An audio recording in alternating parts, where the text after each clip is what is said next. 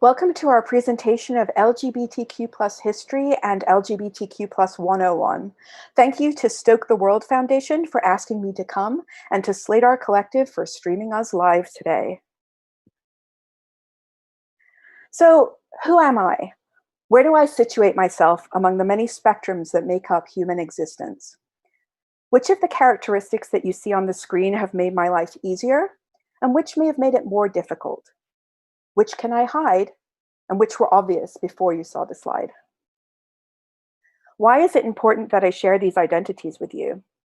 Well, because I want to talk about intersectionality, which Kimberly Crenshaw of the African American Policy Forum, who founded the study of critical race theory, defines as the interconnected nature of social categorizations such as race, class, and gender as they apply to a given individual or group, regarded as creating overlapping and independent systems of discrimination or disadvantage.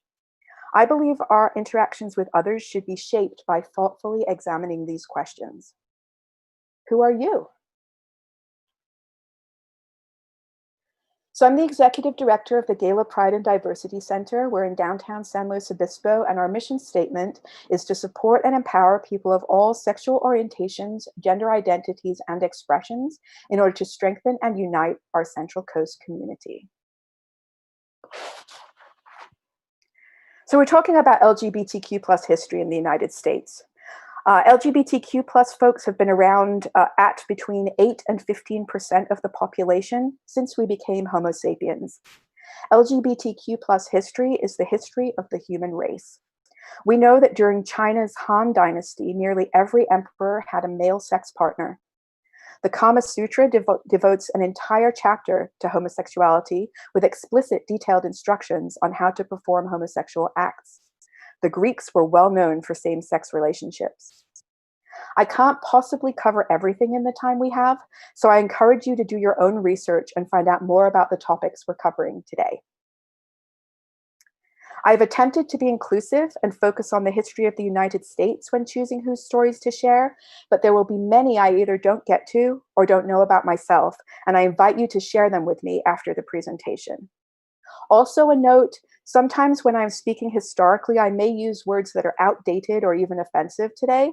I'm placing them only in their historical context, and when we get to the terminology part of the LGBTQ 101, we'll certainly be discussing current language. So let's talk a little bit about Indigenous history. Prior to European settlement and colonization in the 18th century, numerous Native American groups lived in what is now the United States of America.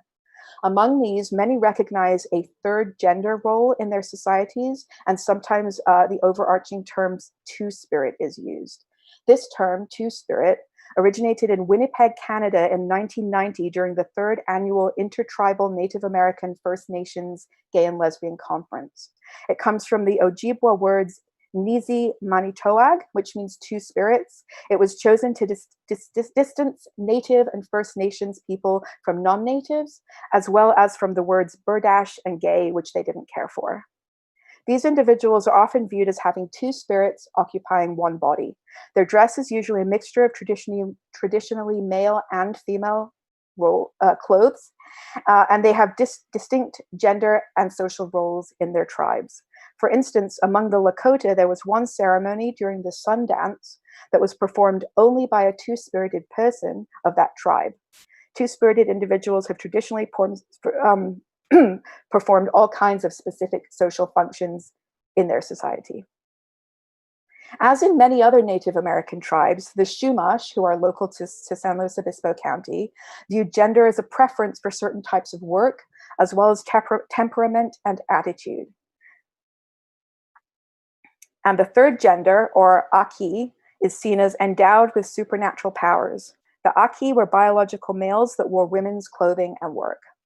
In addition to affirming gender identity, there were no known legal or social punishments for engaging in homosexual activity in these societies. And then on September 28, 1592, Juan Rodriguez Cabrillo, bottom right, and his crew entered the San Diego Bay, the first Europeans to visit California. The land they named Alta California was occupied by diverse groups of native people who had inhabited the land for thousands of years. Spanish colonization of Alta California began when the Presidio at San Diego, the first permanent European settlement on the Pacific coast, was established in 1769. With the expedition was Father Junipero Serra, bottom left, a Franciscan father who would have a tremendous influence in the colonization of California through the establishment of the missions. At San Diego, Serra founded the first of the 21 Spanish missions that extend along the California coast. The photo at the top of this slide is the San Luis Obispo mission. The general openness or indifference towards homosexuality and expansive gender identity quickly disappeared with the arrival of Christianity, which has traditionally regarded homosexuality as sinful. In 1850, shortly after having joined the United States, California adopted a criminal code prohibiting sodomy, anal sex, with 1 to 14 years imprisonment. Over the following years, numerous people were convicted of sodomy, and the state law was amended to include fellatio, which is oral sex, and cunnilingus in 1915.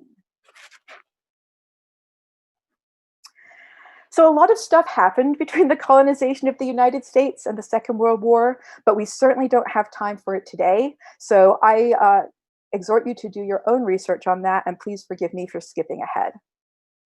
Like many other Americans, gays and lesbians flocked to the military during World War II. Some simply wanted to serve their country in its time of need. Some lesbians saw WAC, the Women's Army Corps, life as a way to meet and live with other lesbians. Some joined the military not realizing they were gay or lesbian until they were exposed to others of their kind. Whatever their individual reasons, many gays and lesbians rushed to enlist after Pearl Harbor.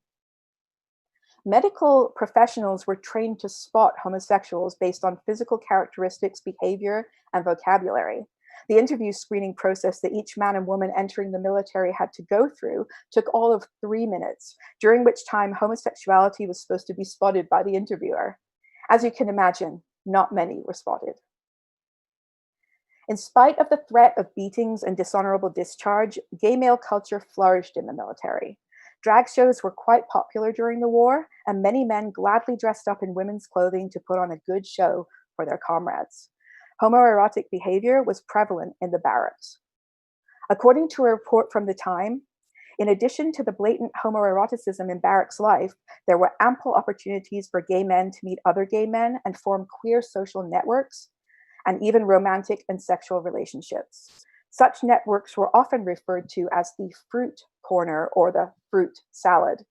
As derogatory as these terms seem, there was not much discrimination perpetrated against gay soldiers by their fellow comrades.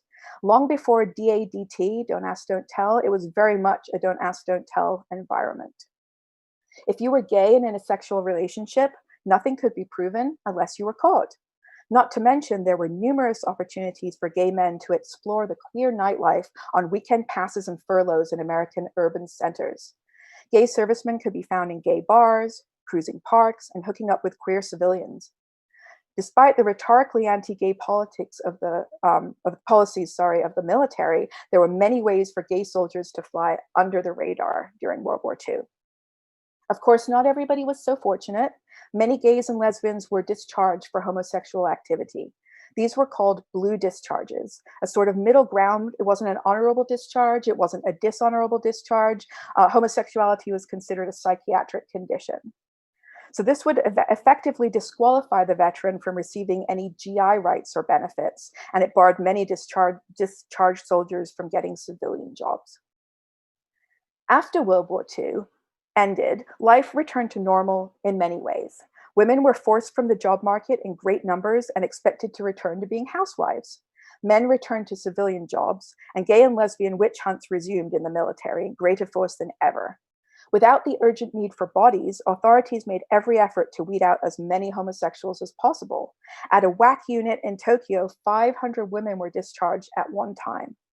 Gay men stationed in Europe were loaded onto queer ships and sent home with dishonorable discharges, and the anti-gay backlash after the war was swift and vicious.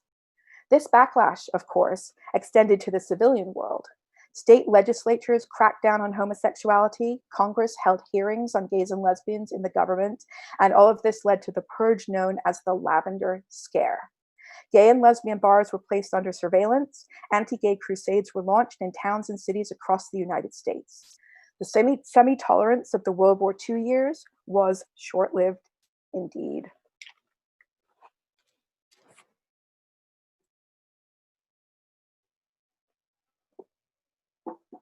So the Mattachine Society was formed by Harry Hay in 1951 and tried to normalize gay and lesbian experiences.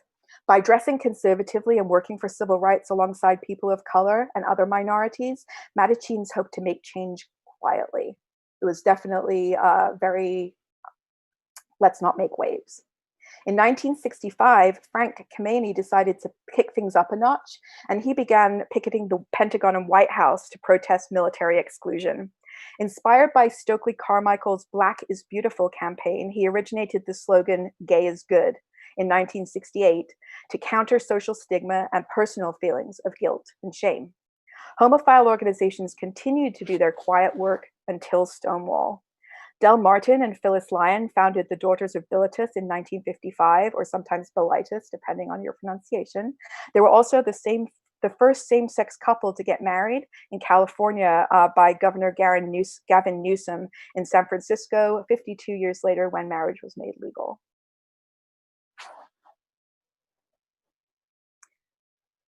A full decade before the Stonewall actions, there were many different incidents and actions.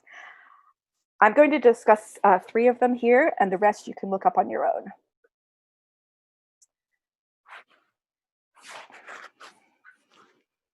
I apologize. I need to take a short break for 1 second. My computer was not plugged in and is about to go to sleep.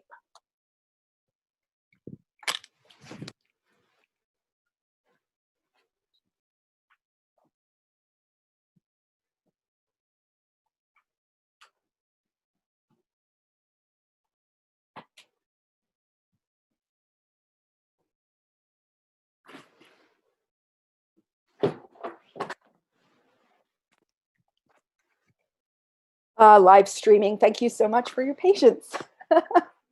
Okay, so I'm going to talk about 3 of the incidents that happened between before the Stonewall riots.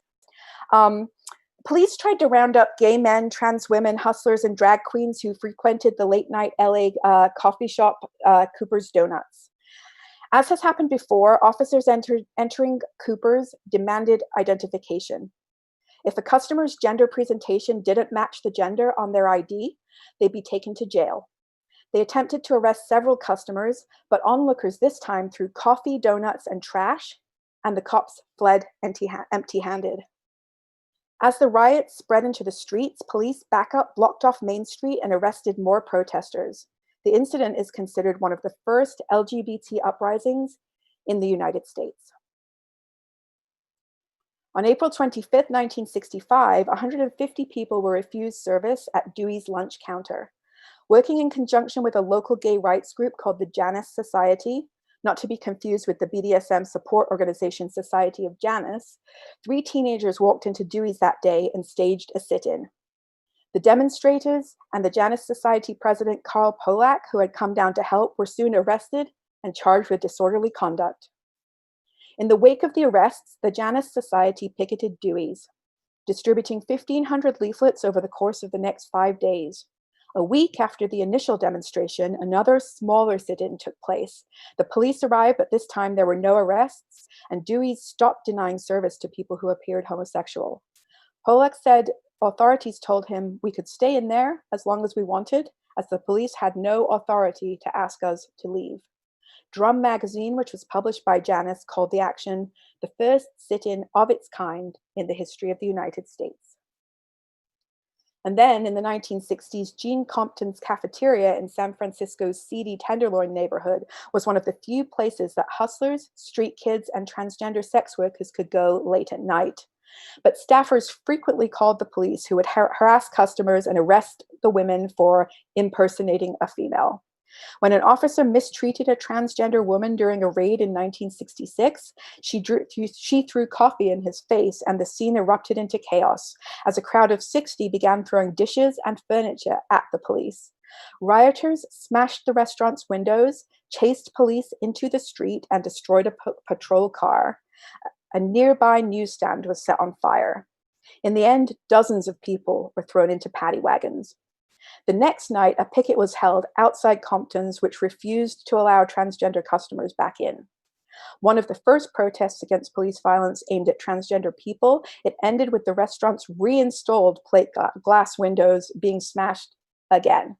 Still, the city met with protesters, and in 1968, the National Transsexual Counseling Unit, NTCU, was established. It was overseen by San Francisco Police Detective Sergeant Elliot Blackstone, and he was the first police officer in America to serve as a liaison to the homophile community. So, what was the Stonewall Inn? Have you heard of the Genovese crime family, the mob in New York? Well, they owned the Stonewall. It didn't look like a place that would start a revolution. It was a dive bar, but even that characterization was optimistic, since it couldn't get a liquor license. Its drinks were bootlegged and heavily watered down. The contents of no bottle ever matched its label. There were no fire exits. There was no running water. Glasses were rinsed and immediately reused. But in that Greenwich Village tavern, there was music, there was dancing, and there was freedom. It was one of the only places for New York's gay community to socialize and truly be themselves. In 1969, being gay was as illegal as stealing cars or embezzling money. Public displays of affection or dressing in drag could result in charges of gross indecency and lewdness, and the penalty was arrest or beating. So the mob became the financial backer of New York's underground gay scene, funding the 181 Club, the Howdy Club, and the Stonewall Inn. The crime family's involvement allowed the fledgling gay bars to sidestep the biggest obstacle in their path, law enforcement. Cops were bribed not to raid these establishments. When police burst through the doors at 1:20 a.m., the bartender knew something had gone wrong. He had thought the establishment was in the clear that night, though there had been rumors and a recent spate of raids, notably those on the Snake Pit and the sewer. He hadn't received a tip-off that the Stonewall would be hit. Either way, the raid caught the Stonewall staff entirely unprepared. There was no time to hide the liquor, no chance to warn patrons. It was the club's worst nightmare. The patrons were told to line up against the wall and be ready to produce their identification. Those whose gender didn't appear to match their driver's license would be arrested, and those without identification would be taken into another room to have their sex verified. It was a severe blow. The Stonewall Inn was a sanctuary for drag queens who were not always welcomed, even at other gay bars. It was also a favorite haunt of underage and homeless members of the LGBTQ community. In short, on the morning of June 28th, the Stonewall was full of people who had every reason not to want to show their ID. It started with the drag queens. Unwilling to accompany officers into the back room to have their sex checked, they stayed where they were. Other patrons refused to show their identification cards. When it was decided that everyone would be taken to the police station, Marsha Johnson, bottom right, a Black trans woman, although she was a drag queen at the time and later transitioned, proclaimed her rights by throwing a shot glass into the mirror. It is often said Martha P. Johnson threw the first brick at Stonewall, but that's not actually confirmed at the moment. Outside the Stonewall, a crowd was gathering. Many of those who had managed to escape lingered, waiting for news of their friends. Other members of the gay community joined them. Rumors made their way out to the waiting onlookers. Those inside, it was said, were being beaten by cops. The crowd began to perform, taunting police officers with exaggerated salutes as the first of the arrested emerged from the bar in handcuffs. Stormy DeLavery, top right, known as the Rosa Parks of the gay community, brought tensions to a boiling point. She fought with police officers and was clubbed for her trouble. As she was thrown into the back of a patrol wagon, she turned to the crowd and shouted, "Why don't you guys do something?" With that, the floodgates broke. New York's gay community could indeed do something. After all, the crowd vastly outnumbered the police. They threw pennies, beer bottles, cans, and cobblestones at law enforcement officials. Tires were slashed, and as protesters fell to the ground, more surged forward to take their place. Parking meters were pulled from the pavement and used as battering rams. In the chaos, detainees began to escape and join the fight. The police retreated to the bar, which patrons immediately set on fire. By 4 o'clock that morning, the Stonewall was in ruins and the streets were quiet. Both police and rioters had been hospitalized, and the violence, it seemed, was over. But things were really only just beginning. In true Stonewall fashion, people turned out again the following night and the night after that, taking to the streets time and time again. What had once been secret was now out, and there was no shoving it back in the closet. The Stonewall was open to greet them. Stonewall patron and protester Michael Fader explained the atmosphere, saying, "We all had a collective feeling like we'd had enough of this kind of shit. It wasn't anything tangible anybody said to anyone else. It was just kind of like everybody over the years had come to a head at that one particular night in that one particular place, and it was not an organized demonstration. Everyone in the crowd felt that we were never going to go back. We weren't going to be walking meekly in the night and letting them shove us around. It's like standing your ground for the first time and in a really strong way. And that's what caught the police by surprise. There was something in the air, freedom a long time overdue, and we're going to fight for it. It took different forms, but the bottom line was we weren't going to go away." And they didn't.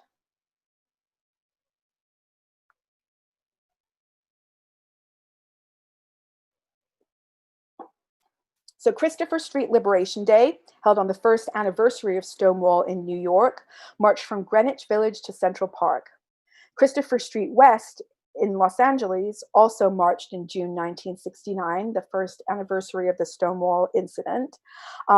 But their philosophies really differed. In Hollywood, there were floats, wild costumes, artists, performers, social workers, all kinds of people. In New York, the tone was more somber, as befit the homophile organizations, but the thrill of holding hands or kissing in public for the first time was real. These were the first Pride events.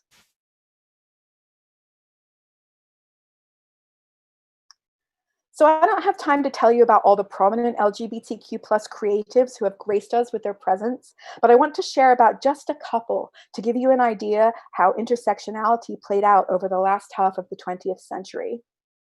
James Baldwin, top left, was an American novelist, playwright, essayist, poet, and activist. His novels, short stories, and plays fictionalize fundamental personal questions and dilemmas amid complex social and psychological pressures. He uses themes of masculinity, sexuality, race, and class in his narratives. And a lot of what he wrote runs really parallel with the major political movements towards social change in the mid 20th century, such as the civil rights movement and the gay liberation movement that we're talking about now. Baldwin also made a prominent appearance at the March on Washington for Jobs and Freedom on August 28, 1963, with Harry Belafonte and longtime friends Sidney Poitier and Marlon Brando. At the time, Baldwin was neither in the closet nor open to the public about his sexual orientation, but he was conspicuously uninvited to speak at the end of the march. Dr. Martin Luther King Jr. had a bit of an uneasy relationship with James Baldwin and Bayard Rustin, who is top right photo. Because at one time he considered same-sex relationships to be a mental illness to be recovered from. So that was like a little bone of contention between them. After a bomb exploded in a Birmingham church 3 weeks after the March on Washington, Baldwin called for a nationwide campaign of civil disobedience in response to what he called this terrifying crisis.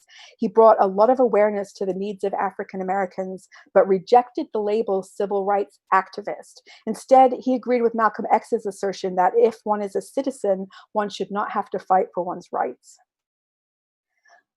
So Bayard Rustin was an American leader in social movements, and he organized the Freedom Rides. He helped to organize the Southern Christian Leadership Conference to strengthen Martin Luther King Jr.'s leadership and teach about nonviolence.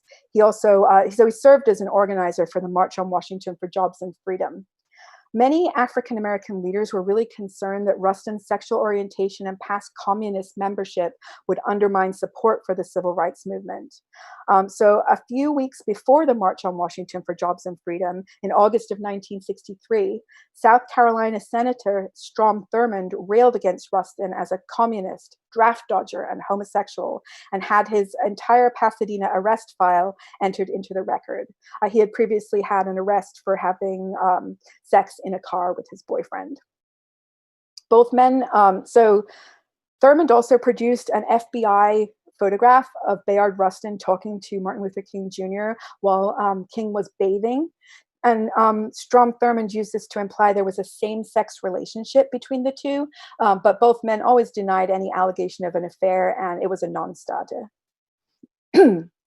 Despite Dr. King's support, the NAACP chairman Roy Wilkins did not want Rustin to receive any public credit for his role in planning the march. Roy Wilkins said, "This march is of such importance that we must not put a person of his liabilities at the head." Because of this conflict, Randolph served as the director of the march and Rustin as his deputy, and it's still well known that Bayard Rustin, a gay Black man, was instrumental and influential in the civil rights movement. He was really an amazing person. On your bottom left, you're going to see Florence Ray Kennedy. She was an American lawyer, feminist, civil rights advocate, lecturer, and activist. She acted in, among other things, Who Says I Can't Ride the Rainbow alongside Morgan Freeman. Her activism began really early. According to Jason Chambers in his book, Madison Avenue and the Color Line, African Americans in the Advertising Industry, after graduating high school, Kennedy organized a successful boycott against a Coca-Cola bottler who refused to hire Black truck drivers. Kennedy recalled being arrested for the first time in 1965 when she attempted to reach her home on East 48th Street, and police refused to believe she lived in the neighborhood. From that point on, she focused her attention on combating racism and discrimination. She also played a significant role in formulating the Miss America protest of 1968. This was used as a tool to demonstrate the exploitation of women. Randolph noted in her book, Florence Kennedy, The Life of a Black Feminist Radical, that the responsibility lay with Kennedy to recruit other Black feminists to this protest. During the protest, multiple women were arrested, and Kennedy took on their cases as their attorney. And in the 70s, she traveled the lecture circuit with Gloria Steinem. And in 1971, she founded the Feminist Party, which nominated Shirley Chisholm for president. And she also helped found the National Women's Political Caucus.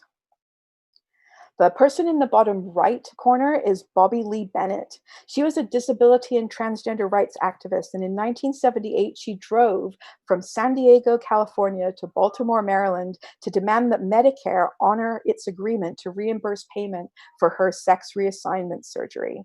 Her successful claim brought visibility to efforts to secure rights for transgender people. To qualify for the surgery, the Gender Identity Clinic in Galveston, Texas, required Bennett to live as a woman for 4 years to determine whether she was a suitable candidate. She'd been told the cost of her surgeries would be covered by Medicare under the Disability Benefits Program of Social Security, but after the surgery, her claims were denied without explanation. She was already covered by Medicare due to her disability. So after rallying the community behind her, she set off on this cross-country trip, driving from her home in San Diego to the White House, and then to the Baltimore office of Thomas Tierney, the director of Medicare. She refused to leave until he agreed to meet with her. And eventually, after some time, she received a check in the mail for the $4,600 that her surgery had cost. Transition magazine reported that the Medicare office denied that the check was for reimbursement of the surgery, instead claiming they were correcting a bureaucratic error of payments owed. In April 1978, Tierney said a new policy would extend Medicare coverage to sex reassignment as long as the candidate had at least 1 year's experience living as a member of the opposite sex.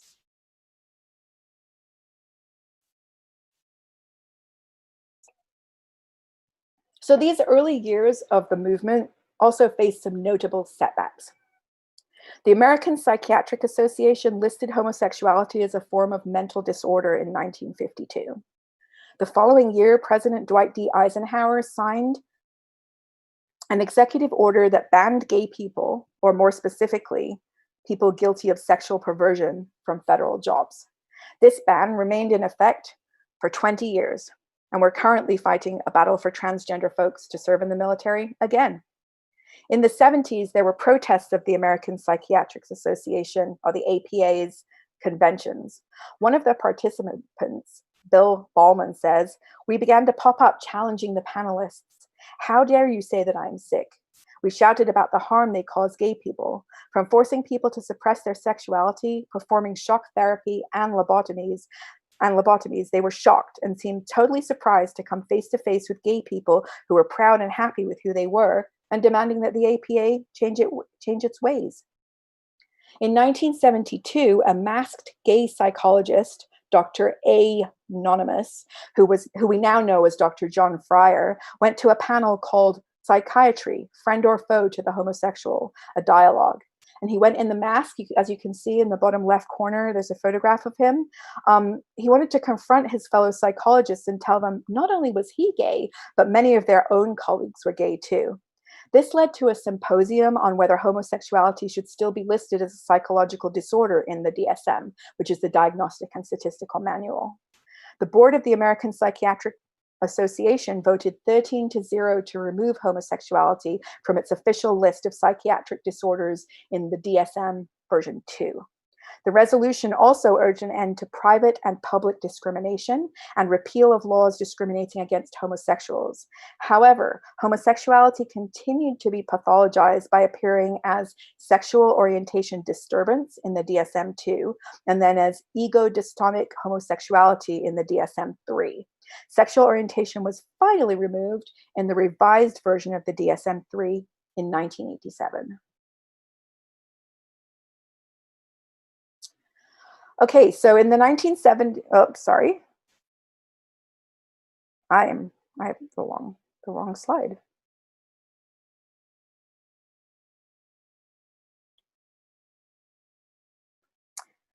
Okay.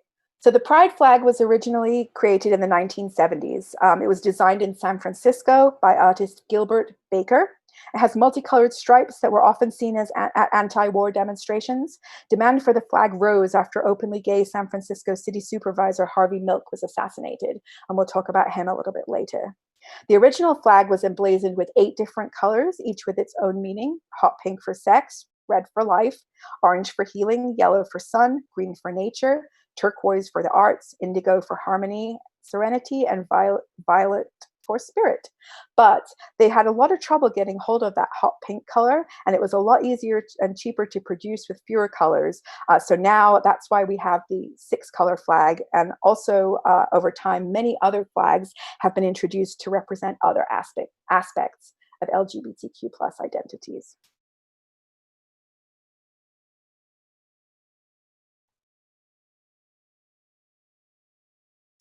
So Marsha P. Johnson and Sylvia Rivera, remember them from Stonewall? They established the gay and transvestite I'm using transvestite in its historical context, advocacy organization STAR, Street Transvestite Action Revolutionaries. And then after that, they created the STAR House, which was the first shelter for gay and trans street kids. And they paid the rent for it with money they made themselves as sex workers. Together with the Gay Liberation Front, STAR hosted a fundraising dance on November the 21st of 1970, and with these funds, they were able to purchase this STAR house. They found a 4-bedroom apartment in a rundown building in the East Village in New York.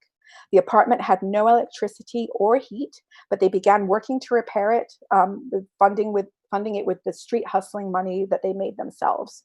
This STAR house was only active until July of 1971. In 1972, STAR stopped holding meetings and saw a decline in demonstrations. Rivera marks the 1973 Christopher Street Liberation Day Parade, or Pride Parade, as the death of STAR. Believing that gender nonconforming individuals, the STAR contingent, and drag queens in particular were intentionally being asked to stay at the back of the march and off the stage, Rivera and fellow queen Lee Brewster stormed the stage during the Lesbian Feminist Liberation's speech by Jean O'Leary. They jumped on stage, and Rivera took the microphone and criticized other gay liberationist activists for their assimilationist agenda, particularly their lack of concern for their incarcerated brothers and sisters. Jean O'Leary then resumed speaking and criticized drag as misogynist and demeaning. Lee Brewster of Queens Liberation Front followed O'Leary, criticizing lesbians who sought to exclude trans individuals from the gay liberation movement. For Rivera, O'Leary's comments represented a gay liberationist movement which had increasingly come to exclude queens and gender nonconforming individuals. After the rally, Rivera chose to leave the movement for years, moving to upstate New York. Rivera said, We died in 1973, the fourth anniversary of Stonewall. That's when we were told we were a threat and an embarrassment to women because lesbians felt offended by our attire, us wearing makeup. It came down to a brutal battle on the stage that year at Washington Square Park between me and people I considered my comrades and friends. We are still working today to recover from this exclusionary attitude. The Cumby River Collective was a Black feminist lesbian organization created in Boston, and it was a really important voice in the 1970s. The founders of the Cumby River Collective, the CRC, first met at the National Black Feminist Organization's regional conference in 1973. A year later, the women began to have regular meetings in Boston, Massachusetts. At one of these meetings, they chose their name based off the Cumby River Raid of 1863, led by Harriet Tubman. They chose the name not only because hundreds of slaves were able to escape, but because this was the first military strategy designed by a woman. By the summer of 1974, the collective separated from the NBFO, the feminist organization, to become a separate Black feminist group. The founders of the CRC felt that the NBFO didn't convey the importance of Black lesbianism and felt they were not radical enough to make the impact they felt was necessary for change. The goals of the collective were to make Black feminism and lesbianism a part of the women's movement, because before this group, the feminist movement was based solely on the heterosexual white middle-class women. In April 1977, the group produced Cumby River Collective Statement, which is a key document in the history of contemporary Black feminism. Here is a small excerpt.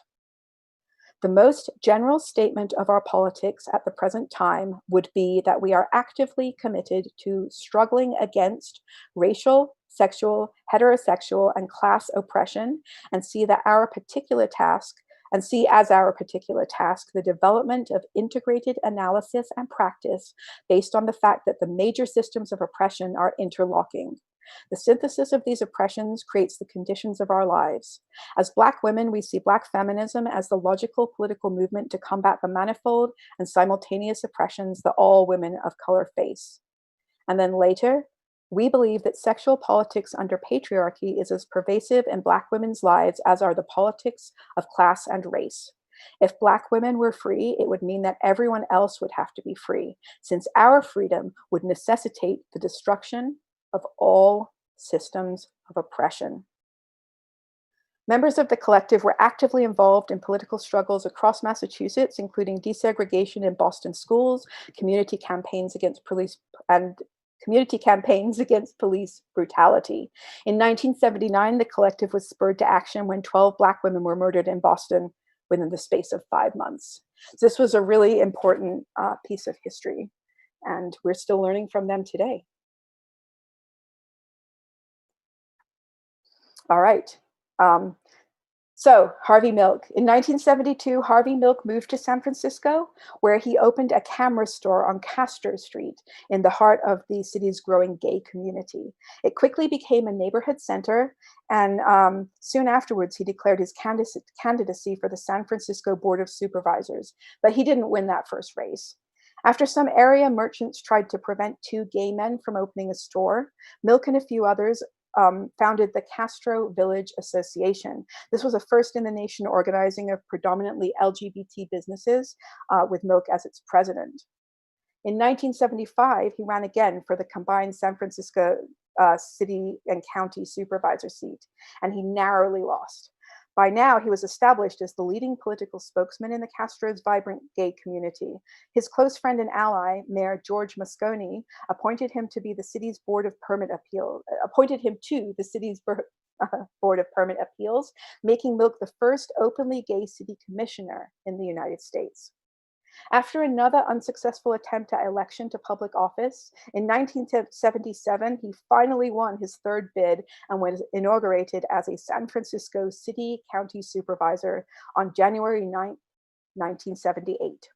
This was an important and symbolic victory for the LGBTQ community, as well as a personal triumph for Milk. His election made national and international headlines. A commitment to serving a broad constituency, not just LGBTQ plus people, helped make Milk an effective and popular supervisor. His ambitious reform agenda included protecting gay rights, as well as establishing daycare centers for working mothers, the conversion of military facilities in the city to low-cost housing, reform of the tax code to attract industry to deserted warehouses, factories, and many other issues.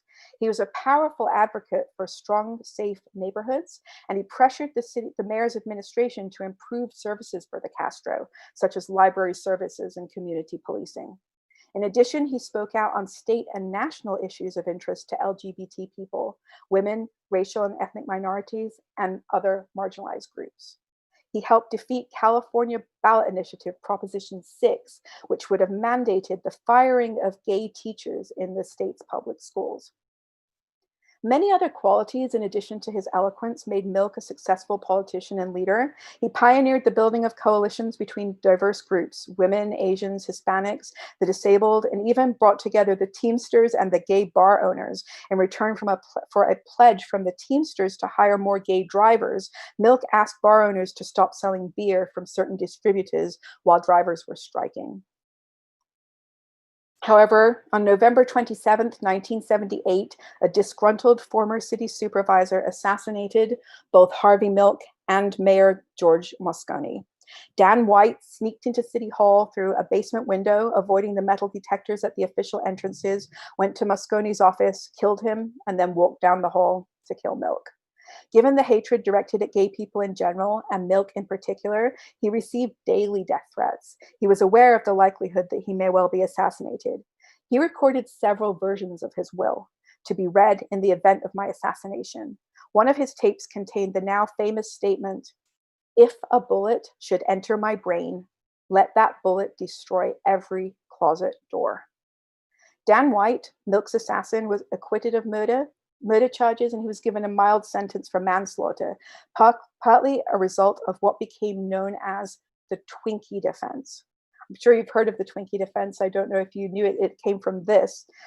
His attorney claimed that White had eaten too much junk food on the day of the killings and thus could not be held accountable for his crimes.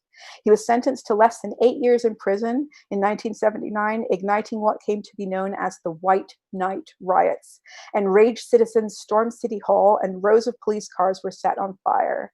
The city suffered property damage and police officers retaliated by raiding the Castro, vandalizing gay businesses, and beating people on the street.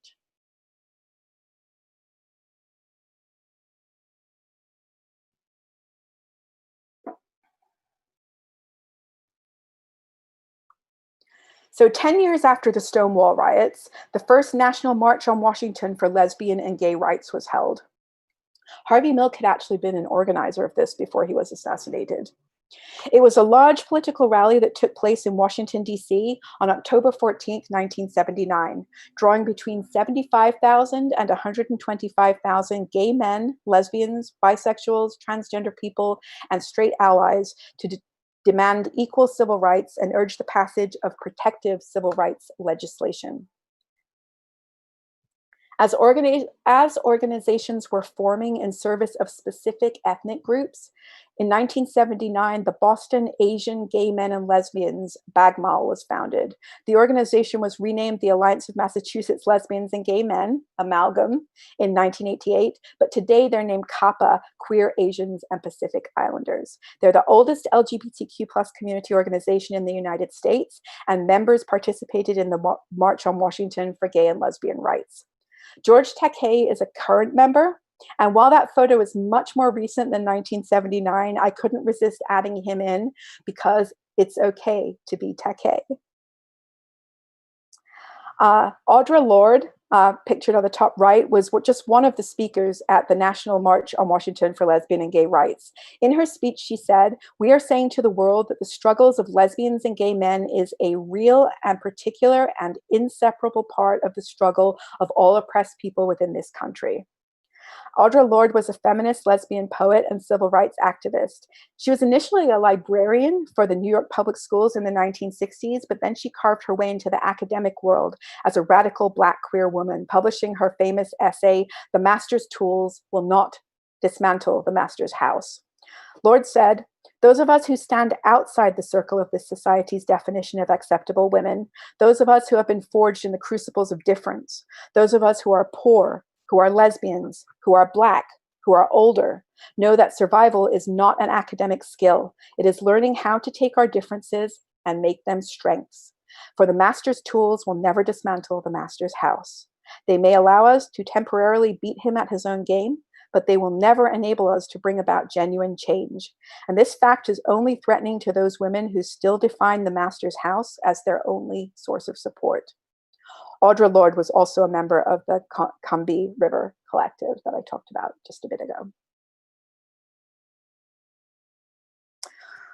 Okay, so in 1981, a rare cancer was first seen in a group of gay men, primarily in New York and San Francisco. It was commonly referred to as GRID, gay-related autoimmune disease, which worked to create early and everlasting associations between homosexuality and AIDS. Once researchers realized the disease was not gay-specific, GRID became known as AIDS, acquired immune deficiency syndrome. Individuals with AIDS not only struggled to find medical care and treatments, but also endured the menacing effects of socialized stigma surrounding the disease. Enduring and ultimately surviving the AIDS epidemic brought people of differing identities together. Lesbian, gay, bisexual, and transgender individuals formed what we now know today as the LGBTQ+ community. The federal government was of no help, with President Ronald Reagan taking 5 years to even mention the word AIDS. According to the documentary When AIDS Was Funny, reporter Lester Kinsolving, a conservative and not at all gay-friendly fixture in the White House press corps, was consistently scoffed at when he posed urgent questions about the AIDS epidemic. There were homophobic jokes, snickering, and a disturbing lack of interest.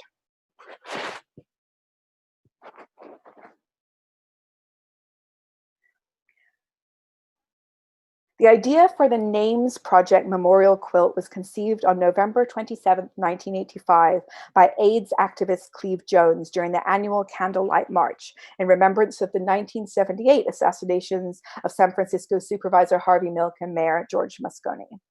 For the march, Jones had people write the names of loved ones that were lost to AIDS-related causes on signs, and then they taped the signs to the old San Francisco Federal Building. All the signs taped to the building looked like an enormous patchwork quilt to Jones, and he was inspired. Weighing an estimated 54 tons, it's the largest piece of community folk art in the world as of 2020, and you can see that on the top right of your screen. The second National March on Washington for Lesbian and Gay Rights took place in Washington, D.C. on October 11, 1987. Its success, size, scope, and its historical importance have led to it being called the Great March. In 1987, amidst public apathy and government inaction, ACT UP, the AIDS Coalition to Unleash Power, was formed to bring needed awareness. ACT UP used civil disobedience and activism to attack the inertia and downright hostility from the mainstream to gays accused of bringing on their own plague. This group quickly became known for their disruptive and theatrical demonstrations, calling for expanded and faster drug research, more affordable medications, and greater AIDS education. There were some names familiar to us now around then. God, I hated him, Larry Kramer once said, referring to Dr. Anthony Fauci, the longtime director of the National Institute of Allergy and Infectious Diseases. As far as I was concerned, he was the central focus of evil in the world. For many who lived through the AIDS epidemic in the 80s and 90s, Fauci was a monster. Kramer relentlessly attacked the doctor in the media. After some time, Dr. Fauci became responsive to the protests, loosening HIV drug trial requirements so that a far greater number of desperate patients could try new compounds, expanding research on HIV and AIDS and its treatment to underrepresented women and/or people of color, and he gave activists and people living with HIV seats at the table of the Planning Commission of the AIDS Clinical Trials Group. So he really listened to the criticism about him and vowed to do better. On October 31st of 1989, roughly 100 ACT UP protesters descended on Trump Tower at 5th Avenue and 56th Street in New York. One protester, dressed as Dorothy from The Wizard of Oz, waved a sign demanding, "Surrender, Donald." ACT UP saw Donald Trump as a symbol of a flawed system where government policies empowered the wealthy at the expense of the poor and marginalized. They saw, as one poster put it, a greedy monster, and were among the few prescient and bold enough to draw their swords, not only for the sake of queer people, but for a wider community of people living with HIV and AIDS, disregarded and disempowered by their government. Locally, in San Luis Obispo County in 1984, the founders of the AIDS Support Network, now called Access Support Network, or ASN, witnessed an urgent need in the community to provide advocacy and support for people living with HIV and AIDS. From that point on, ASN has grown and adapted to the unique needs of the community.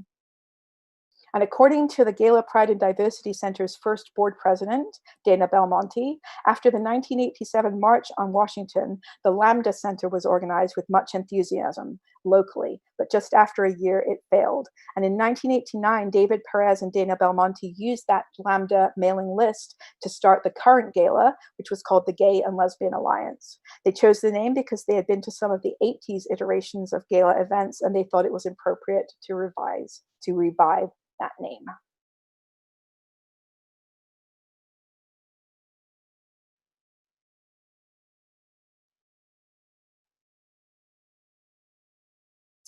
And on to the 90s. In 1993, Althea Garrison, bottom right, became the first transgender person to be elected to a state legislature in the United States. Garrison was elected as a Republican to the Massachusetts House of Representatives and served just one term from 1993 to 1995. She actually was outed against her will by the Boston Herald after her election in 1992. So when folks were voting for her, they did not have that information. Queer Nation, which is an LGBTQ plus activist organization, was founded in March of 1990 by HIV activists and folks from ACT UP.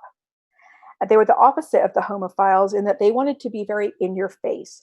They used slogans such as, "We're here, we're queer, get used to it," and 2468, how do you know your kids are straight? And then out of the closets and into the streets. So Queer Nights Out, which we still hold now, also originated during this period. The Clinton administration, on December 21st, 1993, issued the Defense Directive 1304.26, which directed that military applicants were not to be asked about their sexual orientation.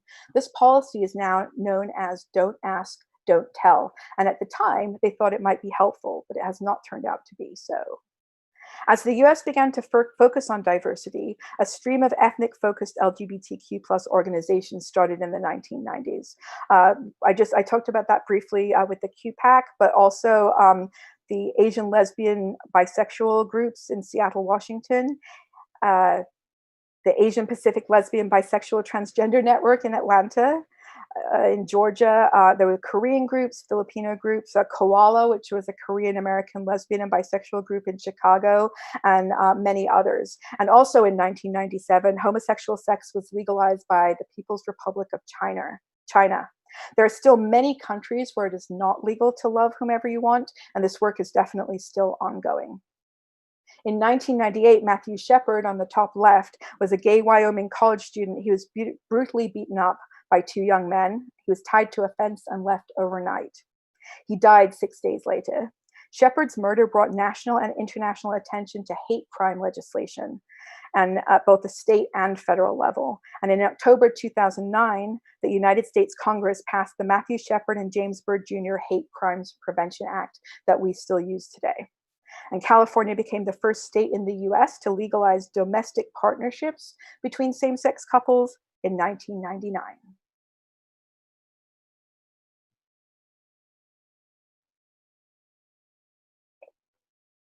In 1998, John Geddes Lawrence Jr. was arrested along with an acquaintance at his apartment in Harris County, Texas, when sheriff's deputies found them engaging in sexual intercourse. Lawrence and his partner, Tyrone Gardner, were charged with a misdemeanor under Texas anti-sodomy law. In 2003, in the case of Lawrence v. Texas, the US Supreme Court finally overturned sodomy laws, proclaiming rights to privacy and decriminalizing homosexual behavior. 2003. You'll notice there's a picture of John Lewis there asking you to get into good trouble. He supported same-sex marriage in the early 2000s, years before many fellow African Americans and Democrats embraced the issue.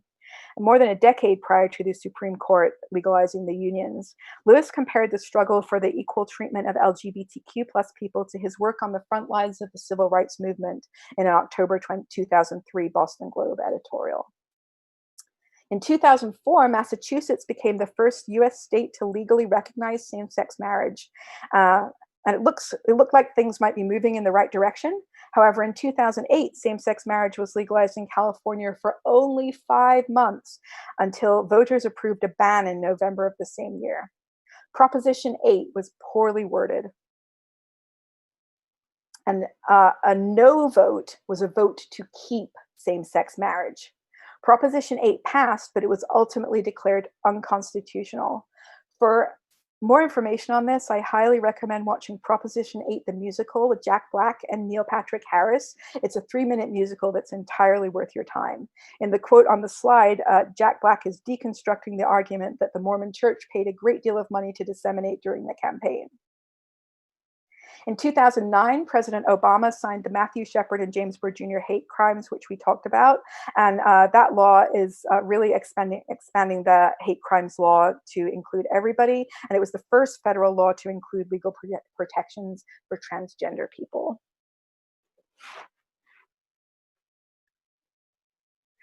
On September 20th, 2011, President Barack Obama signed the repeal of Don't Ask, Don't Tell, saying the repeal will strengthen our national security and uphold America's ideals. Obama said, "No longer will tens of thousands of Americans in uniform be asked to live a lie. I believe this is the right thing to do for our military," he added. "It's the right thing to do, period." This is a moment more than 2 centuries in the making, the president said. Over the course of US history, gay Americans fought just as hard and gave just as much to protect the country as anyone else. We are a nation that believes all men and women are created equal.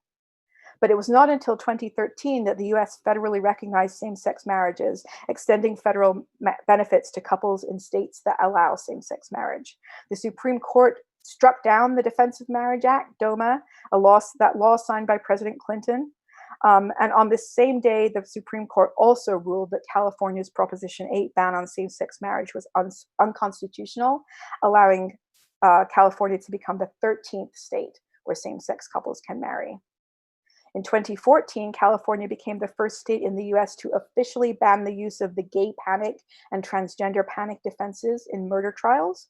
And in 2015, the Supreme Court ruled that states are constitutionally required to issue marriage licenses to all same-sex couples, legalizing marriage equality in all 50 states, much to the chagrin of Kim Davis, who is on the bottom left of your screen there.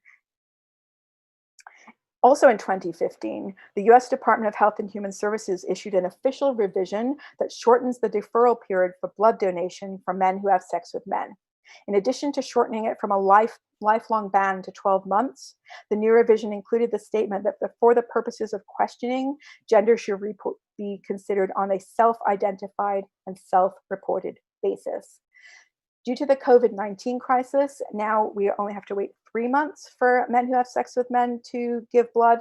It is still unacceptable. This year in June, coming all the way up to the present, there was another historic victory. Employers in the United States of America may no longer fire or refuse to hire a person on the basis of sexual orientation or gender identity. Trump appointee, conservative Justice Neil Gorsuch said of Title VII of Title VII of the Civil Rights Act of 1968, "The limits of the drafter's imagination supply no reason to ignore the law's demands."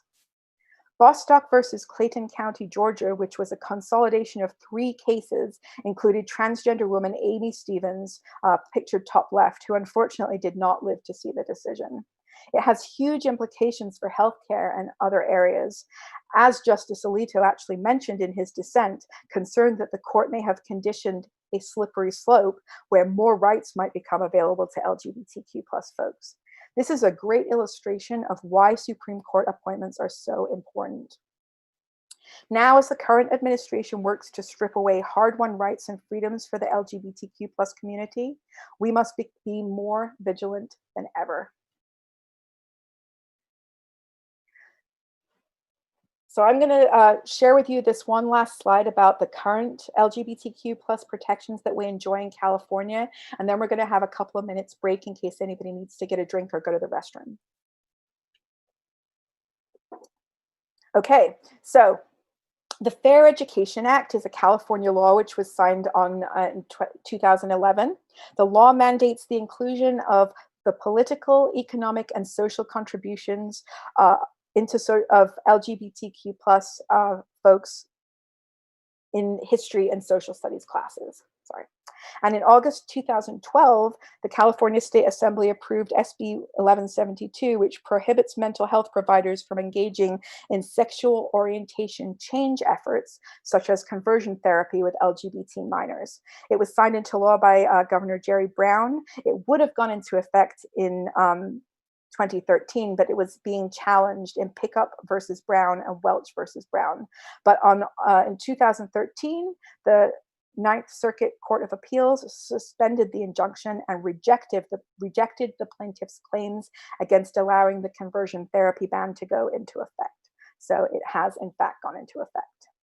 The School Success and Opportunity Act, AB 1266, and sometimes called the Bathroom Bill, is a bill that was introduced by Assemblyman Tom Amiano, and it extends gender identity and expression discrimination protection to transgender and gender nonconforming students. It specifically mentions that classes and activities are to be conducted without regard to one's birth sex, as well as allowing transgender students to use bathrooms and locker rooms and participate in sports that are congruent to their gender identity without regard to the gender they were assigned at birth.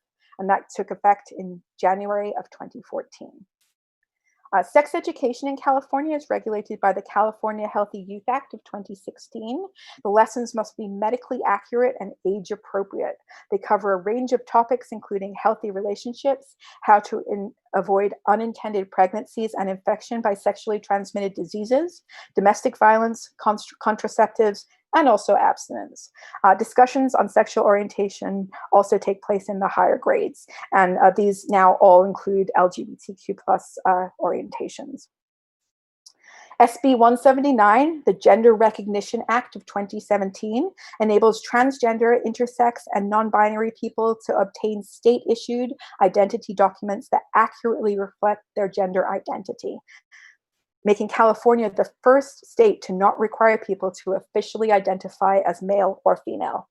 The bill creates a third non-binary gender marker on California birth certificates, driver's licenses, identity cards, and gender change court orders. In addition to streamlining the processes for a person to change their gender marker and name on these identifying documents. Also, a very new bill is AB 2119, which requires that if a child or a youth or a young adult is in foster care, that the folks that are providing the foster care, whether it be a group home or individuals, be LGBTQ plus knowledgeable and affirming. In the photo at the bottom, you'll notice Senator Tony Atkins and Senator Scott Wiener, Scott Wiener wrote and sponsored that bill. And Wiener has been working tirelessly for LGBTQ plus rights during his time in the Senate. He has several different bills, such as AB 145, which is at the governor's desk for signing right now, which will bring equity to LGBTQ plus young folks with regard to the sex offender registry in California. Okay, so that is your quick and dirty little bit about history of LGBTQ plus rights in the United States of America.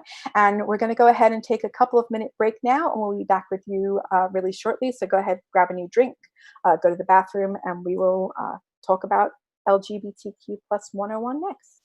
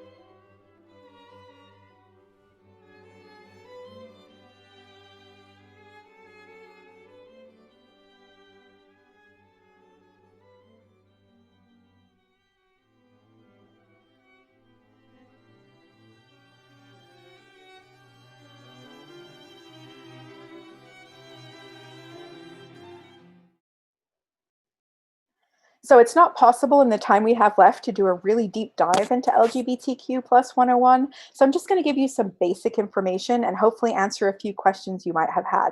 I'm happy to stay over at the end or answer any questions that you might have.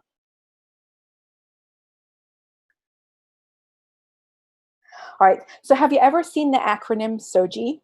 It means just this: sexual orientation and gender identity. Sexual orientation, emotional, romantic, or sexual feelings towards other people. Gender identity, one's deeply held core sense of gender may not correspond to biological sex. So, sexual orientation is who you go to bed with, and gender identity is who you go to bed as. So let's talk about gay and lesbian. Gay is an adjective that describes people who are physically, romantically, emotionally, and or spiritually attracted to other people of the same gender.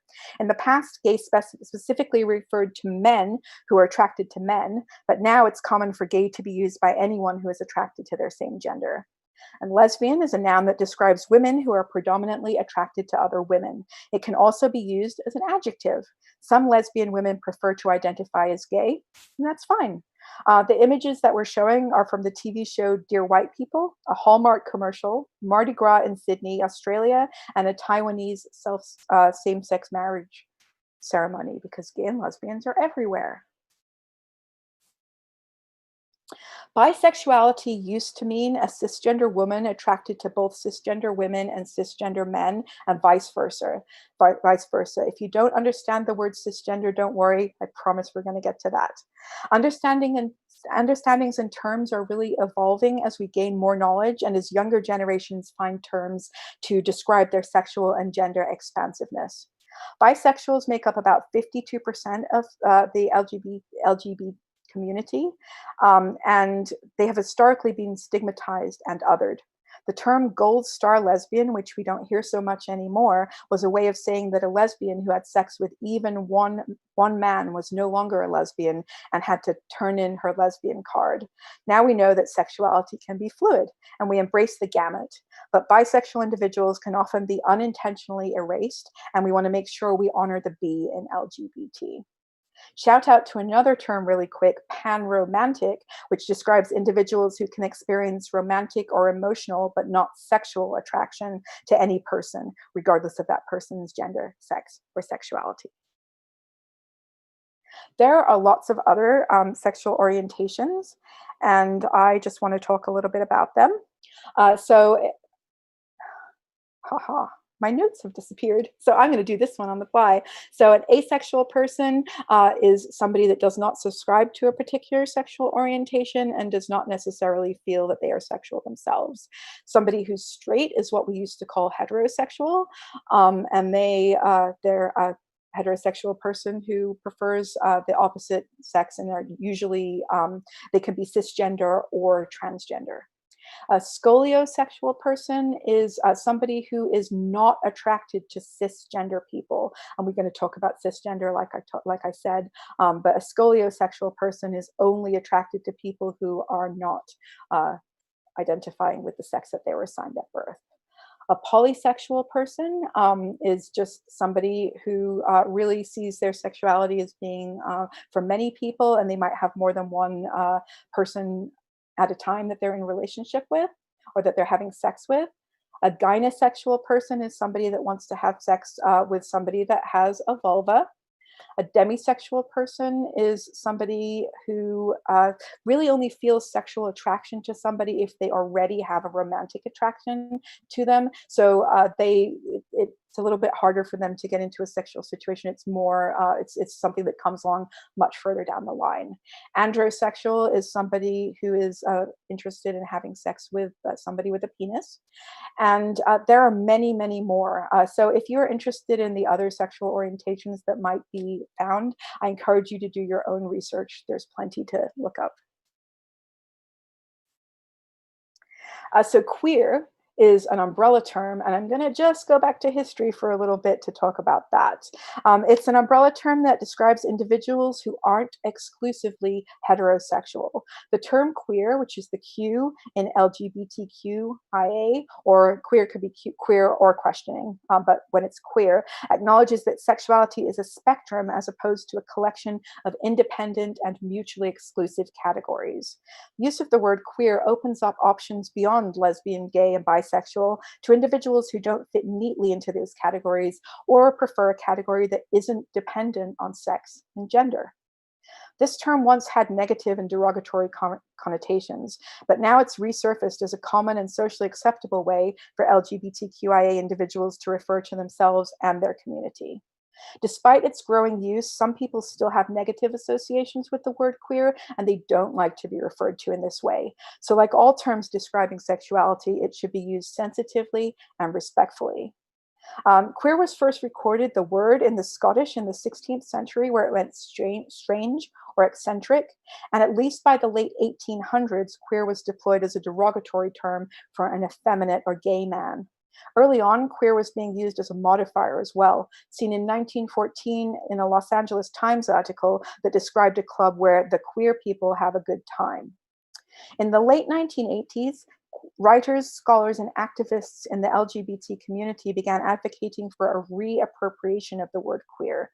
In 1990, this effort focused on queer as a collective term for gay and lesbian people. Queer was seen as a way to refer to gays and lesbians without being gender essentialist or causing divisions within the community. The queer movement was especially focused on rejecting the so-called assimilationist stances of many white folks in the gay community, criticized for their desire to be fully included in mainstream institutions like the army and marriage. So later in the 1990s, those not only with alternative sexual orientations, but also alternative gender identities began to refer to themselves as genderqueer.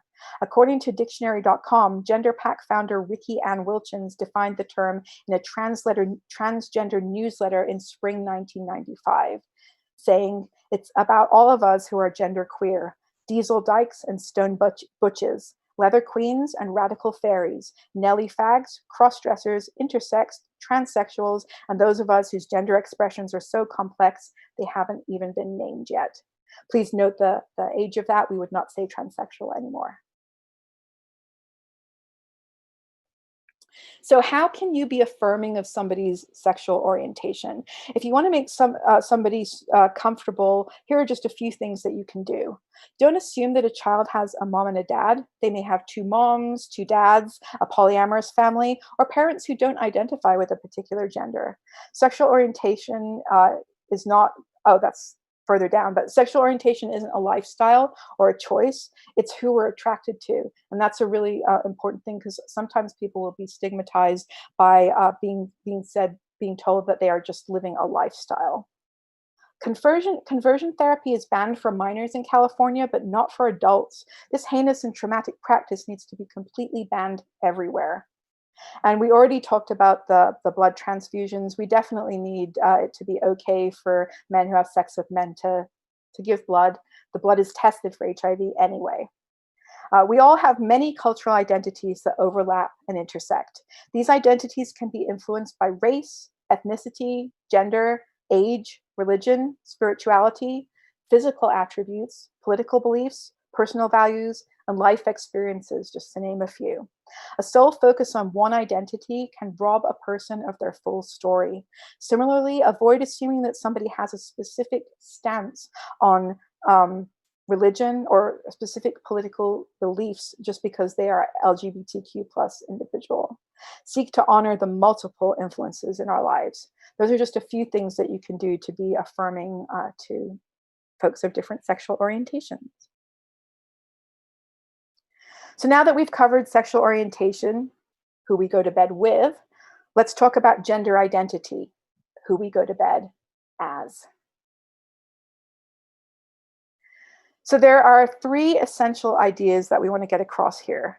The first one is, a person's experience of gender is informed by three dimensions: the body, the identity, and the social. Sorry, I messed that up. A person's experience of gender is informed by three dimensions: gender, equals body plus identity plus social influences. Each of those dimensions are a spectrum, and I think we're really realizing how much everything in our lives is a spectrum now, right? And gender and sexual orientation are different, which we just talked about. Right, so we're going to talk about the dimensions of gender. A person's experience of gender informed by three dimensions, as we just talked about: body, identity, and the social dimension. Each of these dimensions is a spectrum, and gender and sexual orientation are very different things. So let's begin with the dimension of the body, since this is where many people think gender begins and ends. But even the physical part of gender is far more complex than most realize. When we talk about the body dimension, we are including an individual's genitals, but also other aspects of the person's body as well. Body shape, size, body hair, musculature, chromosomes, hormones. Our physical sex is not the only part of our body related to gender. Now think about the various physical attributes that are associated with gender. In many ways, both positive and negative, we gender our bodies. For young people, this can be very challenging as they seek to mold their bodies into some preordained notion of being a man or a woman. Whether it's taking steroids to build muscle, developing an eating disorder to have a certain body type, or in some other ways, healthy or not, modifying one's body with nothing to do with our private parts, that body is an aspect of one's gender and how it intersects with society's views about bodies. When somebody has a baby, what's the first question we almost always ask? Is it a boy or a girl? Well, how is it answered? We look at genitalia, which are used to assign sex. And this is the foundation of the gender binary, the dominant model of gender in our society. In this model, gender equals sex, and there are only two sexes, thus only two genders. From there, we presume gender. For many people, this is where the gender binary begins and ends, and it's why the binary model predominates in our society. The assignment of gender based on the anatomy ends up being consistent with their experience of gender and as somebody grows up, and so they never give it a second thought. They're born and sent out into a world that's designed around this genitalia-based and binary model. And for some people, this suffices to capture much of their experience. It also happens to come with a great deal of often unexplored and unrecognized privilege, but it just doesn't work for all of us. Even the idea of two sexes is not accurate for all bodies. Even at the anatomical level, the binary breaks down. Bodies come in more than two types, and the biological dimension is in fact much more accurately depicted as a spectrum. There are two primary forms of genitals, but these are not the only possibilities. There are a number of naturally occurring variations that break the binary pattern, and the term intersex is frequently associated with these naturally occurring variations.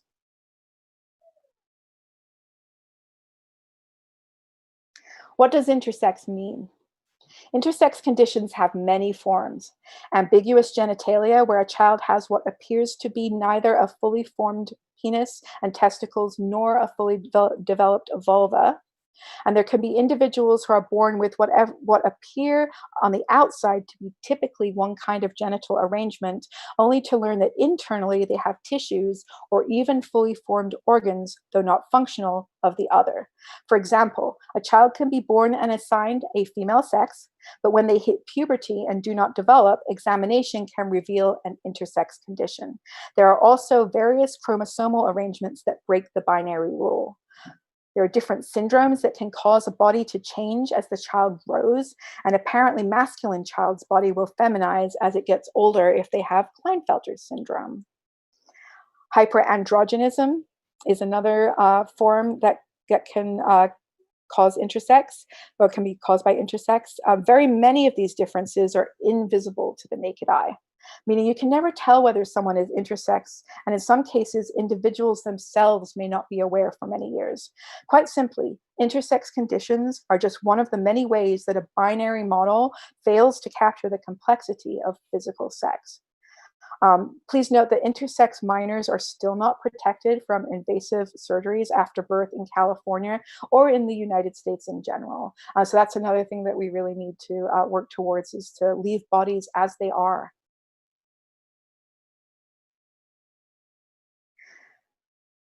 So Gender identity is our internal experience and naming of our gender. It can correspond to or differ from the sex that we were assigned at birth. Understanding of our gender comes to most of us fairly early in life. According to the American Academy of Pediatrics, by age 4, most children have a stable sense of their gender identity. This core aspect of one's identity comes from within each one of us. Gender identity is an inherent aspect of a person's makeup. Individuals don't choose their gender, nor can they be made to change it. However, the words someone uses to communicate their gender identity may change over time.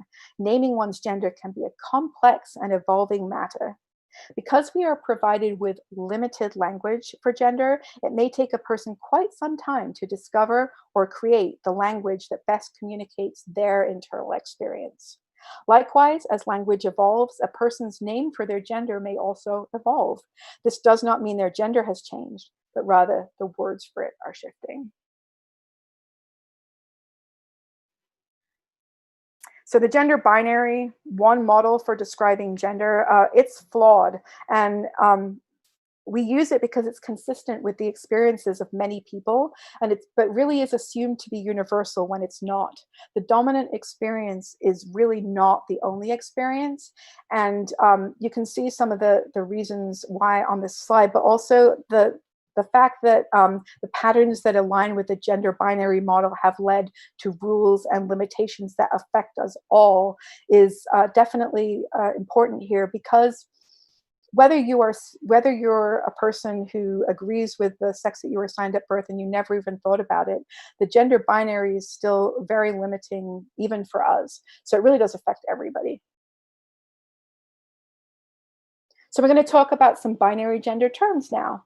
So binary, the concept that a person's gender is either boy, man, or girl, woman, black or white, right? You have one choice, one thing or the other thing. So cisgender, when someone identifies with the sex they were assigned when they were born. So when you were born, the doctor said, it's a boy, and you think, oh yes, that's right, I'm a boy. Then you are cisgender. The prefix cis is Latin, and it means on the same side.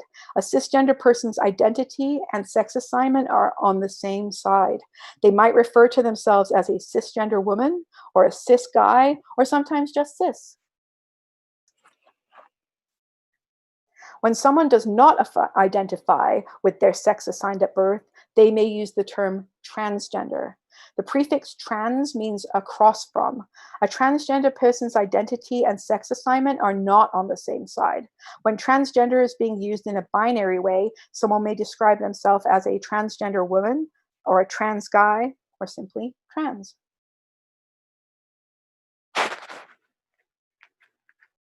Besides binary identity terms, there exist a vast number of other words that individuals use to convey a sense of which is not represented by strictly binary language. We've already seen many of these, and as we have seen, it's the leading edge of gender, particularly among youth. Here are a number of different words that people employ to describe their gender and commonly used definitions for those terms. When an individual uses one of these, it may be in a manner consistent with the generally used definition, but it may not be as well. Non-binary identity terms are often chosen because they connote a very specific sense of self to the person using it. So it's generally a good idea to clarify how a person is using such a term. You can say, I've understood that word to mean blank to you. Is that how you're using it? Or I don't want to make any assumptions, so can you help me understand how you're using the term blank?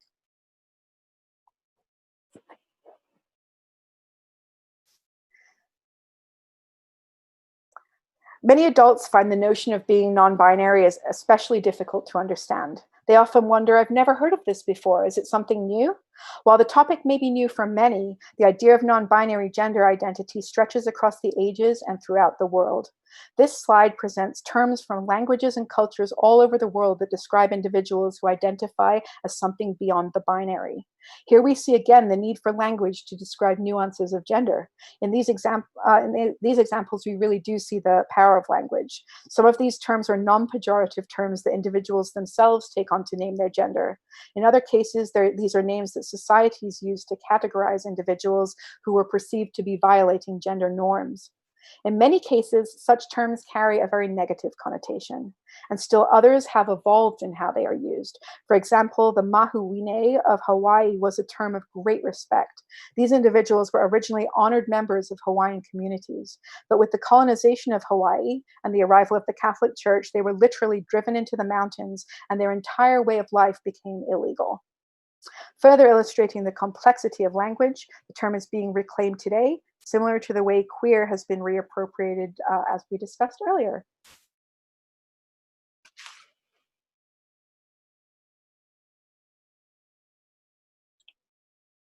Only we can know our own internal sense of self. It's not something that others can control. Therefore, it's also up to each of us to determine for ourselves the term that best communicates who we are to others. How and why a particular word works for someone is highly personal. This is why two people may use the same term for their gender identity, but may mean different things. It's also why we might see someone who's exploring their gender changing from one term to another. It's an indication of just how seriously that individual is trying to find just the right words to convey this important aspect of who they are. Rather than dismissing these changing terms as proof that that person, especially a young person, isn't serious or can't know, this exploration is evidence, sorry, this evolving process is evidence of just how authentic their exploration really is. Instead of dismissing it, we should be celebrating and supporting this desire for them to truly understand who they are.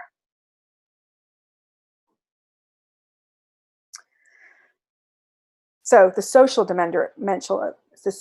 dimension of gender. Expression is about how we show our gender in the world and how others interpret that presentation. Gender is frequently described as a social construct, and gender norms related to expression are a major part of that construct.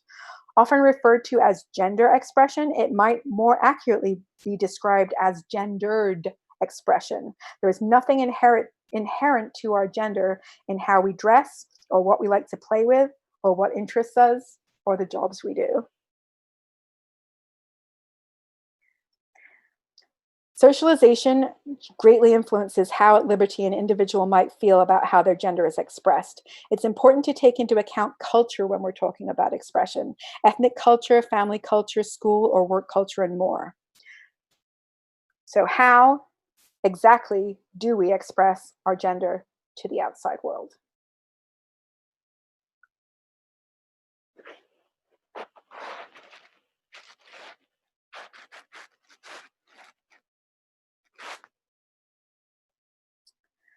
The physical and behavioral manifestations of one's gender identity is gender expression. People vary greatly in the extent to which they hold and convey gendered thoughts, feelings, and behaviors. Gender expression refers to the way people convey that through mannerisms, behaviors, expressions, that kind of thing. For most people, gender expression occurs so naturally it's unnoticeable, except when gender expression doesn't much match traditional notions of gender assigned at birth.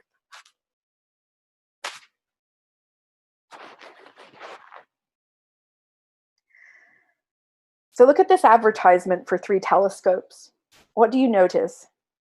One is pink, it's smaller, it's less expensive, it's less powerful. Maybe it looks cheaper than the other 2. The others look like true scientific instruments. And who's featured front and center looking through the most expensive and impressive telescope? Someone that most people will assume to be a boy. What does this advertisement communicate about who does science and who just plays at science? We can laugh at what seems almost like a caricature. When magnified by their ever-present nature, these messages are really powerful. Only by explicitly interrupting them can we undo the impressions that they leave. So what decade do you think that these were written in? The 50s, maybe the 60s, the 70s, the 80s, the 90s? Nope. These were from 2012. These books were on the bookshelf telling us that girls need to learn how to be gorgeous and boys need to learn how to be clever. So I think it's really incumbent upon us to share the message that gender is a social construct, and that we don't have to, that girls and boys and non-binary pals, everybody is able to do all the things. So this is Jacob Tobiah, a gender nonconforming activist who uses they them pronouns.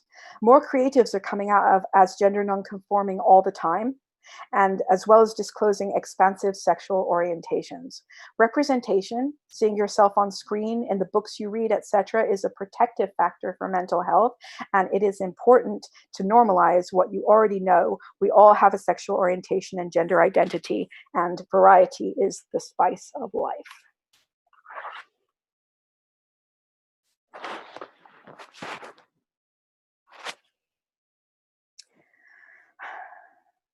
So the complexity of gender in each dimension blows the gender binary out of the water, and yet the whole is even greater than the sum of its parts. As the three dimensions of space provide depth, breadth, and width to a physical object, the three dimensions of gender together bring this critical aspect of every person to life. For individuals, how much these three are aligned with each other and in balance is referred to as congruence. Rather than a static endpoint, congruence can be seen as an ongoing tuning process. There are times for some people when their gender is more or less in tune with little adjustment or alteration required. For others, there are periods where one or more dimensions become inconsistent with the person's internal sense, requiring some form of correction or congruence measure to bring the entire system into a greater degree of congruence. Social congruence measures can include asking people to use a new name or pronoun, or to begin wearing different clothing, or change in hairstyle, or use of a new identity term.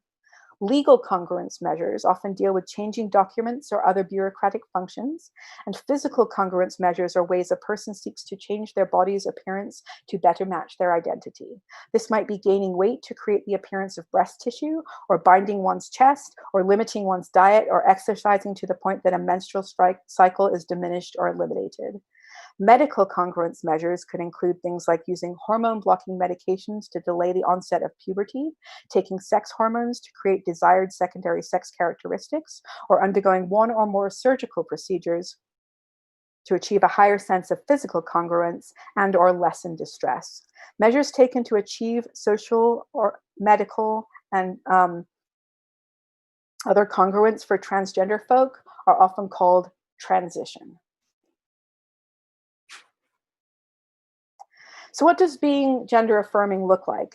As I mentioned at the beginning, intersectionality is the interconnected nature of social characterizations such as race, class, and gender as they apply to a given individual or group regarded as creating overlapping and independent systems of discrimination and disadvantage.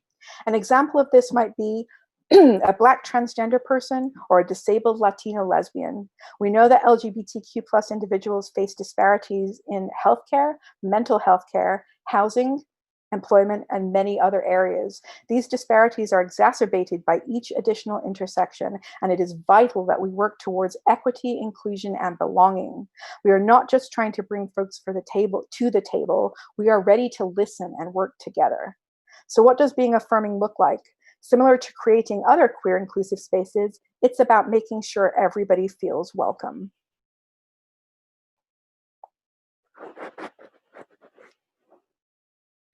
All right, so we're going to talk a little bit about using language effectively now. So things that you should not say to a transgender person. You shouldn't talk about their real gender or their real sex. Let's say sex assigned at birth instead. Biologically or genetically female, we want to say assigned male or female at birth. Instead of transgendered, you can say a transgender. Sorry, you can't say a transgender. Instead of transgendered, you can say transgender, a trans person.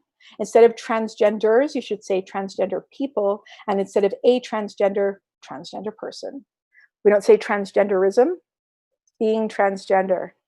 We don't say preoperative, fact, it's nothing. It's none of your business, because what does it make a difference to you whether a person has surgery or not?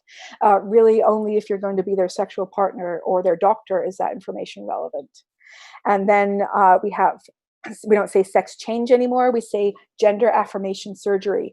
If that's appropriate, if that's what they're doing, a lot of times folks don't necessarily want surgery. They might have a social transition, achieve social congruence, and they're fine.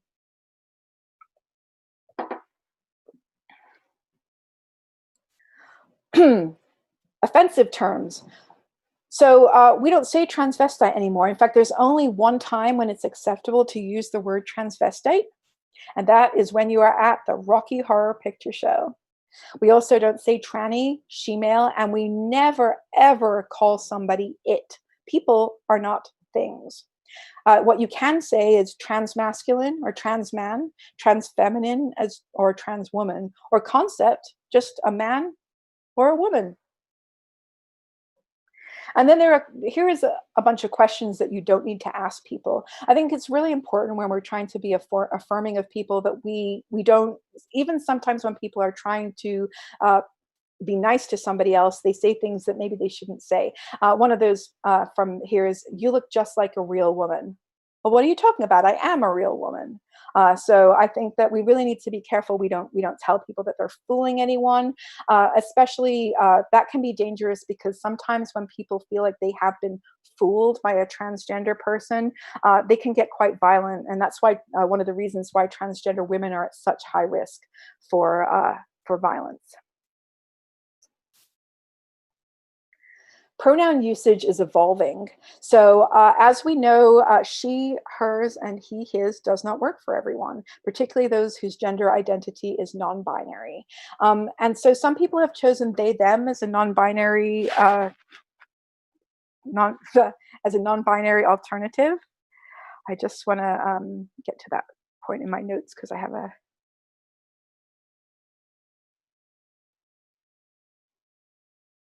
Well, anyway, so I just wanted to let you know about that. So Merriam-Webster considered the singular they them to be the word of the decade from 2010 to 2020. So they made a big deal about that. And in the 1600s, you in the singular was brought into usage instead of thee, thou, and thy, and people were very, very upset about it. In fact, the founder of the Quaker Church wrote a whole book about this, saying that anyone who uses a singular you is a fool. So I think that if they could finally get used to it, we can too. And I think it's really important to accept the they, them pronoun. Additional variations of that, ze, zir, zirs, or ze, here, heres, or ze, them, zers. There are a lot of other kinds of things. I do know some people who use those. So again, like we said earlier, it's about finding out what the individual person wants to do and honoring that. When you're asking people about names and pronouns, how do you find out about that stuff? Because you really can't tell just by looking at somebody. So when you're doing introductions, that's good. And sometimes what I like to do is introduce myself with my pronouns. That gives the other person an opportunity to do that, but doesn't require them to do so. If we're doing introductions in a group with pronouns, we'll always say people can say only what they're comfortable sharing. And registration paperwork, if you allow people to put their pronouns on there, if you have them in your email signature, all those kinds of things where you can collect that data in a way that is really accessible to other people. If you have an inkling, you can ask somebody, as long as you're not invading their privacy. And you should be aware that it could be fluid. So somebody might use she, they pronouns. Sometimes they'd like to be referred to as she, sometimes they. It's really going to depend. So you're going to have to ask them. And then the other thing we can really do is try and use gender neutral language.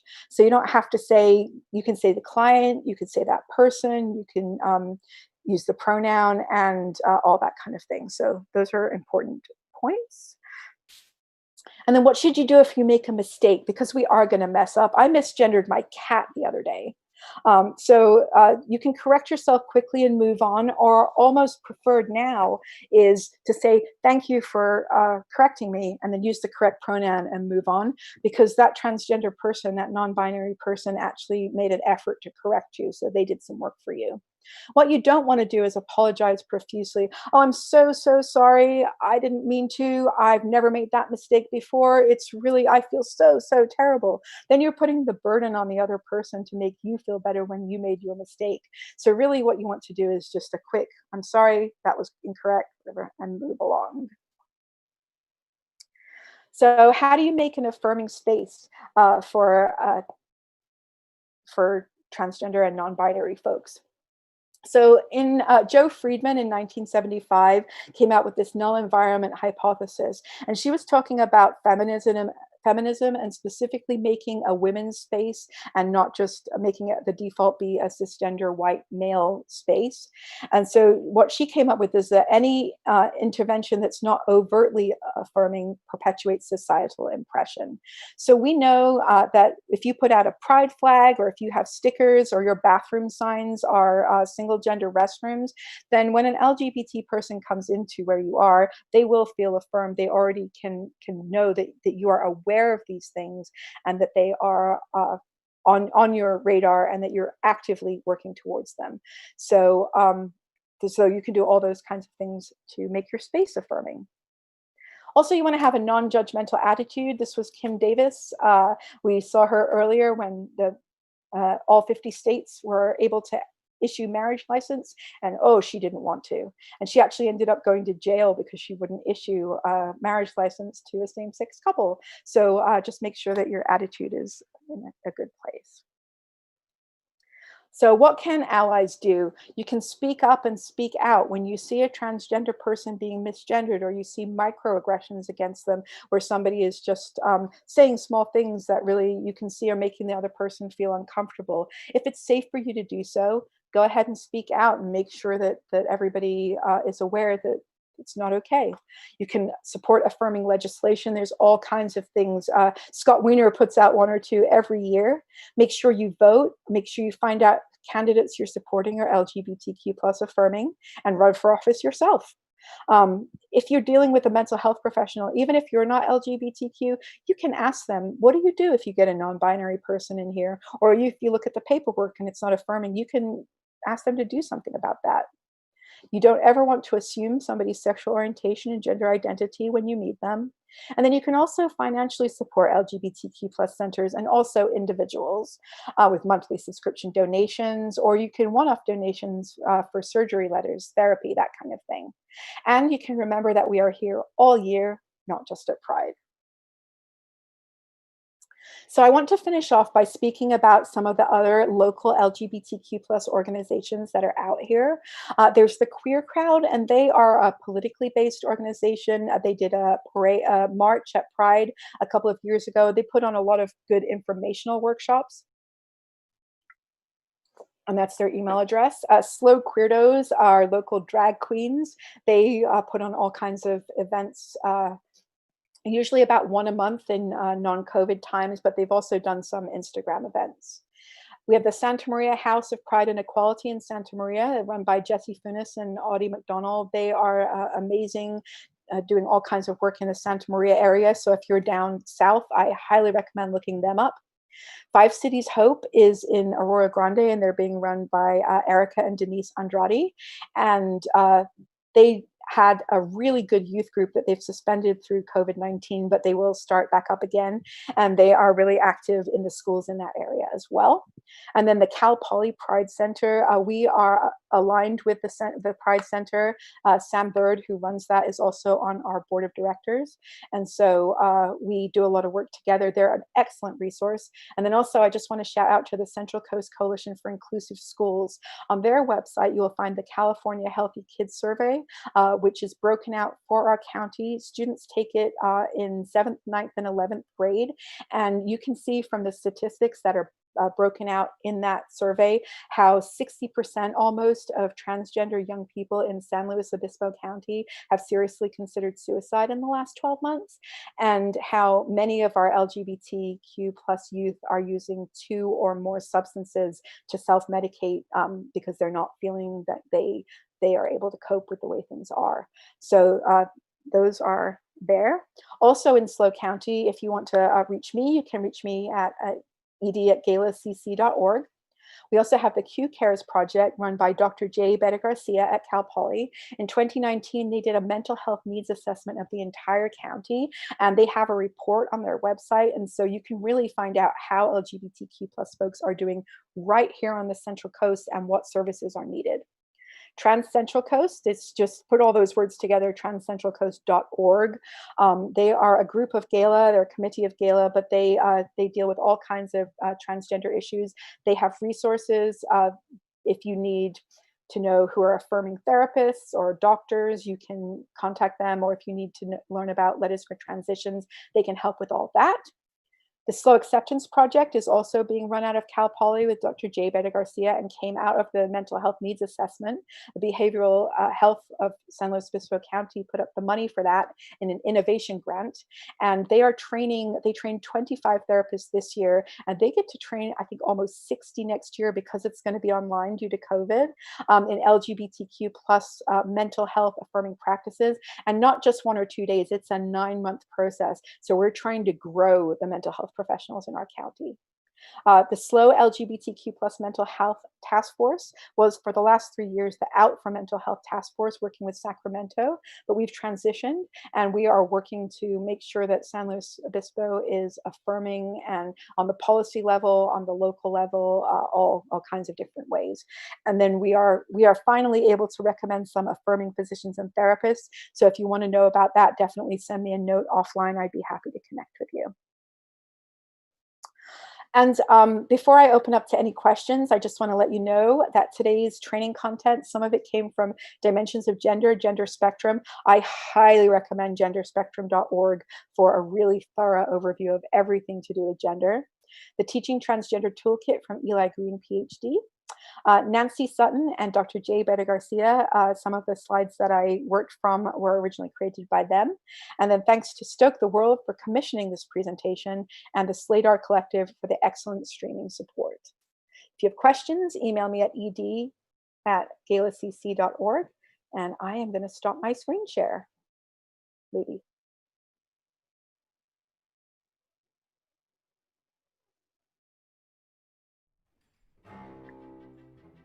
All right.